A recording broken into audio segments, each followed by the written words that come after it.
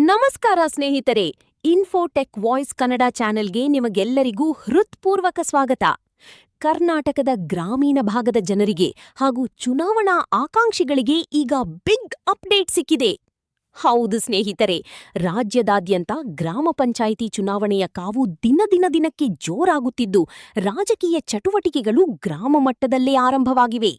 ಹಾಗಾದರೆ ಈ ಬಾರಿ ಗ್ರಾಮ ಪಂಚಾಯಿತಿ ಚುನಾವಣೆ ಯಾವಾಗ ನಡೆಯಬಹುದು? ರಾಜ್ಯ ಚುನಾವಣಾ ಆಯೋಗದಿಂದ ಬಂದಿರುವ ಹೊಸ ಸೂಚನೆ ಏನು?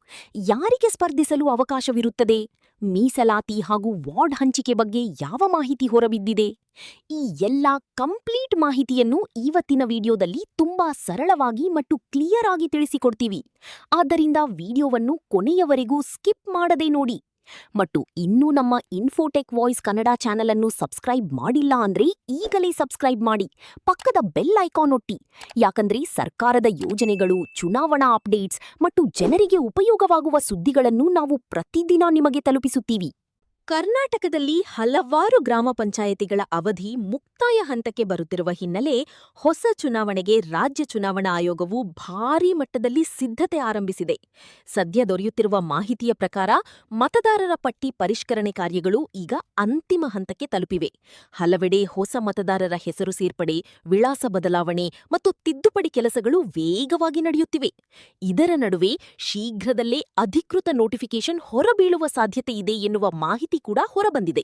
ಮೂಲಗಳ ಪ್ರಕಾರ ಮುಂದಿನ ಕೆಲವು ತಿಂಗಳುಗಳಲ್ಲೇ ಹಂತ ಹಂತವಾಗಿ ಗ್ರಾಮ ಪಂಚಾಯಿತಿ ಚುನಾವಣೆ ನಡೆಯಬಹುದು ಎನ್ನಲಾಗುತ್ತಿದ್ದು, ಗ್ರಾಮ ಮಟ್ಟದಲ್ಲಿ ಈಗಾಗಲೇ ರಾಜಕೀಯ ಚಟುವಟಿಕೆಗಳು ಜೋರಾಗುತ್ತಿವೆ. ಅಭ್ಯರ್ಥಿಗಳ ತಯಾರಿ, ಪಕ್ಷಗಳ ಒಳಚರ್ಚೆ, ವಾರ್ಡ್ ಮಟ್ಟದ ಸಭೆಗಳು ಕೂಡ ಆರಂಭವಾಗಿವೆ. ಹೀಗಾಗಿ ಈ ಬಾರಿಯ ಪಂಚಾಯಿತಿ ಚುನಾವಣೆ ಸಾಕಷ್ಟು ಕುತೂಹಲ ಮೂಡಿಸಿದೆ.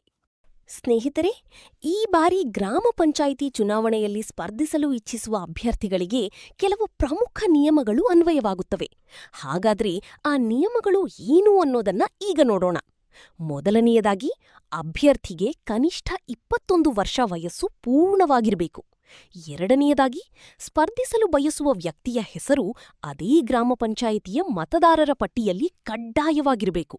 ಮೂರನೆಯದಾಗಿ, ಸರ್ಕಾರಿ ಉದ್ಯೋಗದಲ್ಲಿರುವವರು ಅಥವಾ ಲಾಭದಾಯಕ ಹುದ್ದೆಯಲ್ಲಿ ಇರುವವರಿಗೆ ಚುನಾವಣೆಯಲ್ಲಿ ಸ್ಪರ್ಧಿಸಲು ಅವಕಾಶ ಇರುವುದಿಲ್ಲ. ಇದರ ಜೊತೆಗೆ ಈ ಬಾರಿ ಮೀಸಲಾತಿ ಪಟ್ಟಿ ಕೂಡ ಬಹಳ ಮಹತ್ವ ಪಡೆದುಕೊಂಡಿದೆ. ಯಾಕಂದ್ರೆ ನಿಮ್ಮ ವಾರ್ಡ್ಗೆ ಯಾವ ರಿಸರ್ವೇಶನ್ ಬಂದಿದೆ ಅನ್ನೋದರ ಆಧಾರದಲ್ಲೇ ನಾಮಪತ್ರ ಸಲ್ಲಿಸಬೇಕಾಗುತ್ತದೆ.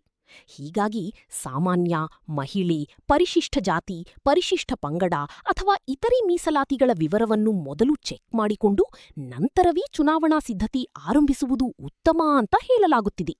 ಈ ಬಾರಿಯ ಗ್ರಾಮ ಪಂಚಾಯತಿ ಚುನಾವಣೆಯನ್ನು ಇನ್ನಷ್ಟು ಪಾರದರ್ಶಕ ಮತ್ತು ಸುಗಮವಾಗಿ ನಡೆಸಲು ಚುನಾವಣಾ ಆಯೋಗವು ವಿಶೇಷ ಕ್ರಮಗಳನ್ನು ಕೈಗೊಳ್ತಿದೆ. ಮುಖ್ಯವಾಗಿ ಡಿಜಿಟಲ್ ಮತದಾರರ ಗುರುತಿನ ಚೀಟಿ ಅಂದರೆ ಇ-ಎಪಿಕ್ ಬಳಕೆಗೆ ಹೆಚ್ಚಿನ ಒತ್ತು ನೀಡಲಾಗುತ್ತಿದ್ದು, ಮತದಾನ ಪ್ರಕ್ರಿಯೆಯನ್ನು ಮಾಡರ್ನ್ ಹಾಗೂ ಸುರಕ್ಷಿತಗೊಳಿಸುವ ಕೆಲಸ ನಡೆಯುತ್ತಿದೆ. ಇದರ ಜೊತೆಗೆ ಮತದಾನ ಕೇಂದ್ರಗಳಲ್ಲಿ ಕಟ್ಟುನಿಟ್ಟಿನ ಭದ್ರತಾ ಕ್ರಮಗಳನ್ನು ಕೂಡ ಜಾರಿಗೊಳಿಸಲು ಸಿದ್ಧತೆ ನಡೆಯುತ್ತಿದೆ. ಯಾವುದೇ ಅಕ್ರಮ ನಡೆಯದಂತೆ ಪೊಲೀಸ್ ಭದ್ರತೆ, ಸಿಸಿಟಿವಿ ನಿಗಾ ವ್ಯವಸ್ಥೆ ಹಾಗೂ ಅಧಿಕಾರಿಗಳ ಮೇಲ್ವಿಚಾರಣೆ ಹೆಚ್ಚಿಸುವ ಸಾಧ್ಯತೆ ಇದೆ ಎನ್ನಲಾಗುತ್ತಿದೆ. ಅಷ್ಟೇ ಅಲ್ಲ, ಚುನಾವಣೆಯಲ್ಲಿ ಸ್ಪರ್ಧಿಸುವ ಅಭ್ಯರ್ಥಿಗಳು ತಮ್ಮ ಎಲೆಕ್ಷನ್ ಎಕ್ಸ್ಪೆನ್ಸಸ್ ಅಂದರೆ ಚುನಾವಣಾ ವೆಚ್ಚದ ಸಂಪೂರ್ಣ ವಿವರಗಳನ್ನು ನಿಖರವಾಗಿ ಸಲ್ಲಿಸಬೇಕಾಗ್ತದೆ. ಖರ್ಚಿನ ಲೆಕ್ಕಪತ್ರದಲ್ಲಿ ತಪ್ಪು ಮಾಹಿತಿ ನೀಡಿದರೆ ಕ್ರಮ ಕೈಗೊಳ್ಳುವ ಸಾಧ್ಯತೆ ಕೂಡ ಇದೆ. ಒಟ್ಟಿನಲ್ಲಿ ಗ್ರಾಮೀಣ ಭಾಗದ ಅಭಿವೃದ್ಧಿಗೆ ಒಳ್ಳೆಯ ನಾಯಕನನ್ನು ಆಯ್ಕೆ ಮಾಡುವ ಅತ್ಯುತ್ತಮ ಅವಕಾಶ ಮತದಾರರಿಗೆ ಸಿಗುತ್ತಿದ್ದು, ಈ ಬಾರಿಯ ಪಂಚಾಯಿತಿ ಚುನಾವಣೆ ಸಾಕಷ್ಟು ಕುತೂಹಲ ಮೂಡಿಸಿದೆ. ಸ್ನೇಹಿತರೆ, ನಿಮ್ಮ ಗ್ರಾಮ ಪಂಚಾಯಿತಿಯಲ್ಲಿ ಈಗಿನ ರಾಜಕೀಯ ವಾತಾವರಣ ಹೇಗಿದೆ? ನಿಮ್ಮ ಭಾಗದಲ್ಲಿ ಈ ಬಾರಿ ಯಾರ್ ಗೆಲ್ಬಹುದು ಅನ್ನೋದು ನಿಮ್ಮ ಅನಿಸಿಕೆ ಏನು? ಕೆಳಗಿನ ಕಮೆಂಟ್ ಬಾಕ್ಸ್ನಲ್ಲಿ ನಿಮ್ಮ ಅಭಿಪ್ರಾಯವನ್ನ ತಪ್ಪದೇ ತಿಳಿಸಿ. ಈ ಮಾಹಿತಿ ನಿಮಗೆ ಉಪಯುಕ್ತ ಅನಿಸಿದ್ರೆ ವಿಡಿಯೋಗೆ ಒಂದು ಲೈಕ್ ಮಾಡಿ ಮತ್ತು ನಿಮ್ಮ ಎಲ್ಲ ವಾಟ್ಸ್ಆಪ್ ಗ್ರೂಪ್ಗಳಲ್ಲಿ ಶೇರ್ ಮಾಡಿ. ಇನ್ನಷ್ಟು ಜನರಿಗೆ ಈ ಮಾಹಿತಿ ತಲುಪಲು ಸಹಕರಿಸಿ.